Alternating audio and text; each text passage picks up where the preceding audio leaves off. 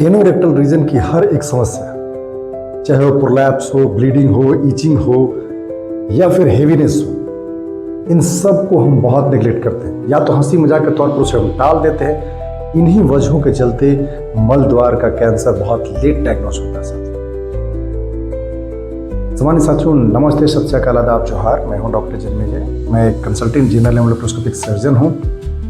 बतौर senior resident AIIMS नई दिल्ली में लंबे दिनों तक सीखने और बहुत कुछ अनुभव करने का मौका रहा। मैं प्रारंभ से ही स्वास्थ्य जागरूकता को व्यापक बनाने की कोशिश में लगा रहा हूँ। स्वास्थ्य जागरूकता की इस विशेष कड़ी में आज हम बात करेंगे एक ऐसे नेग्लेक्टेड केस की जिसे हम पाइल्स कहते या फिर बवासीर कह के पुकारते हैं। यूँ तो ये हंसी मजाक का विषय है, हर एक दूसरे को मजाक के तौर पर इस शब्द का प्रयोग करके लोग चिढ़ाते हैं, लेकिन ये इतना गंभीर मसला है कि हर 5 में से एक व्यक्ति को इस समस्या का समाधान ढूंढने की जरूरत पड़ती है। आखिर क्या है, इसे हम विस्तार से जानने की कोशिश करें। आपसे गुजारिश है कि यदि अभी तक आपने हमारे channel the health and healing को सब्सक्राइब नहीं किया तो प्लीज सब्सक्राइब कर लीजिए। और साथ ही साथ आपको ऐसा लगता है कि ये कंटेंट यानी ये वीडियो आपके लिए कारगर है तो इस वीडियो को अग्रसारित करें ताकि और लोग इससे लाभान्वित हो सकें। साथियों, पाइल्स यानी बवासीर की चर्चा हम करें उससे पहले आपको ये जानना आवश्यक है कि ये है क्या और होता कैसे।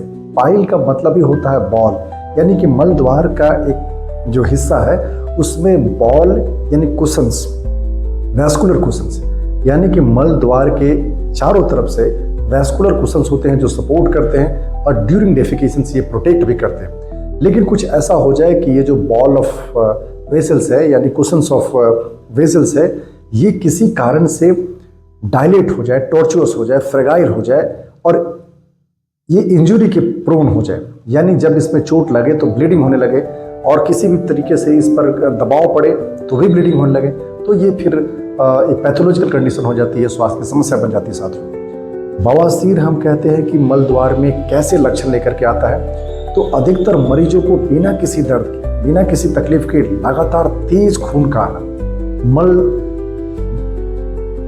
त्यागने के बाद कहें या फिर डेफिकेशन के बाद कहें, फ्रेश ब्लीडिंग होना पर रेक्टल, ये भी अपने आप में इंडिकेट करता है कि मरीज को बवासीर की समस्या हो सकती है। लेकिन ये सिर्फ अनुमान है, जब तक किसी सर्जन के द्वारा एग्जामिनेशन ना हो जाए, सर्जन के द्वारा इस समस्या को पूरी तरीके से जांच पड़ताल ना कर लिया जाए। ये कहना कि ये ब्लीडिंग पर रेक्टम यानी मल द्वार से ब्लड का आना, खून का जारी होना, ये बवासीर ही है, पाइल्सी है, ये बिल्कुल 100% नहीं, क्योंकि दूसरी भी समस्याएं हैं जिनमें पखाने के रास्ते से यानी मल द्वार से खून जारी हो सकता है साथियों। इसलिए ये बहुत आवश्यक है कि हम इसकी पुष्टि करा लें जांच के द्वारा।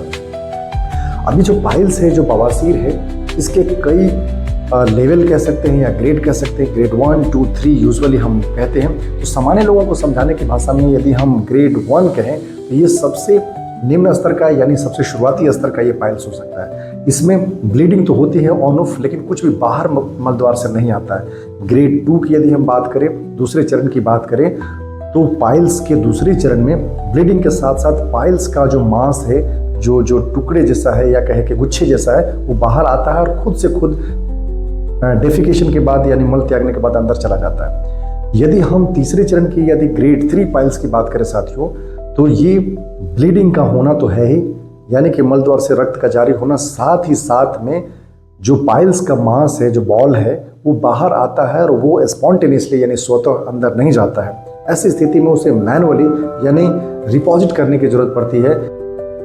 साथियों, इलाज के कड़ी में सबसे महत्वपूर्ण बात है ये लजाना शर्माना बंद कर, यानी किसी भी प्रकार का हेजिटेशन आपको इलाज के लिए आगे बढ़ने से रोकता है साथियों।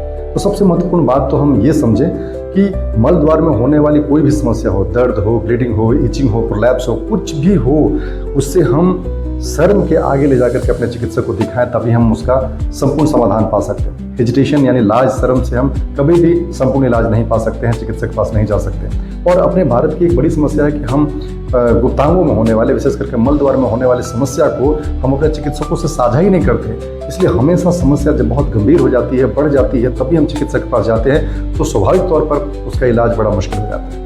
इसलिए जब हम मल द्वार में होने वाली समस्या ब्लीडिंग यानी रक्त का जारी होना, जिसे हम पाइल्स से फिर बवासीर कहते हैं, ये आवश्यक है इसको समझना, चेक कराना, दिखाना। यदि हाँ ये तय हो जाए कि बवासीर ही है या पाइल्स ही है, तो इलाज के तौर पर कई विधियां हैं। शुरुआती दौर में हम सिम्टोमेटिक ट्रीटमेंट देकर के, ब्लीडिंग हो रहा है तो ब्लीडिंग रोकने की कुछ दवाइयां हैं, कब्जियत हो रहा है तो कब्जियत रोकने के लिए फाइब्रस डाइट लेकर के यानी साग सलाद खा करके भी इस तरीके से कुछ जीवन शैली में बदलाव करके हम शुरुआती जो पाइल्स की समस्याएं हैं उस पर हम निजात या अंकुश लगा सकते हैं।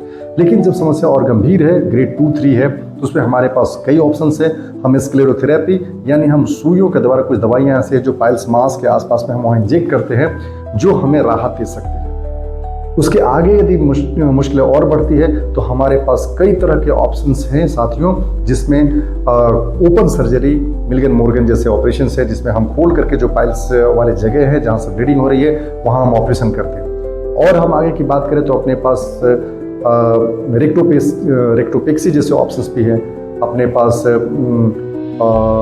दूसरे तरीके भी और उपलब्ध हैं जिसमें हम लोग गन रेक्टोपेक्सी है।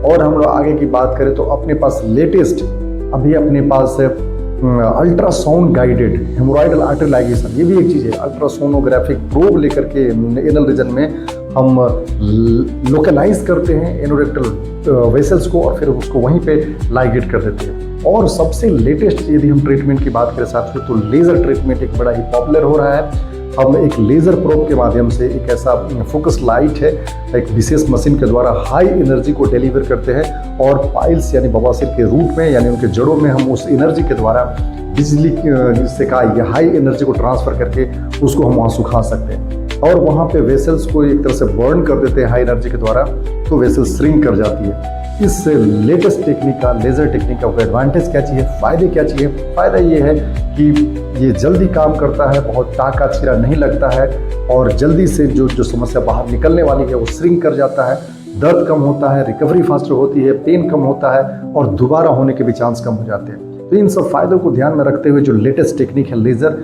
बड़ा पॉपुलर हो रहा है और कई सेंटर्स में ये इतनी पॉपुलैरिटी हो रही है कि लोग इसका लाभ ले रहे हैं, फ़ायदा उठा रहे हैं। सबसे महत्वपूर्ण बात यह है साथियों कि हम अपने स्वास्थ्य के प्रति सतर्क रहें, सजग रहें। स्वास्थ्य की समस्याएं चाहे मल द्वार की हो, चाहे हमारे दिल की हो, चाहे हमारे फेफड़ों की हो, गुर्दों की हो, यकृत की हो, कहीं की भी हो, वो नेगलेक्ट करने लायक नहीं है। हमने यदि हेल्थ के मसलों को, हेल्थ के जो प्रॉब्लम्स है उनको यदि हमने नेगलेक्ट किया तो ये जानलेवा हो सकता है, खतरनाक हो सकता है, हमारे जान पर बन सकता है। उसी प्रकार से मल द्वार यानी एनोरेक्टल रीजन की जो भी समस्या है उनको हमें नेगलेक्ट नहीं करना चाहिए। हेजिटेशन बाहर रख करके, हेजिटेशन को पीछे छोड़ करके उनका समय पर इलाज कराना चाहिए, यही हमारे लिए बेनिफिशियल होगा। आपसे गुजारिश है हमारे चैनल को सब्सक्राइब करें और इस मुहिम को, स्वस्थ भारत श्रेष्ठ भारत की मुहिम को आगे बढ़ाएं साथियों। अपना ख्याल रखें क्योंकि जान है तभी जान है। धन्यवाद।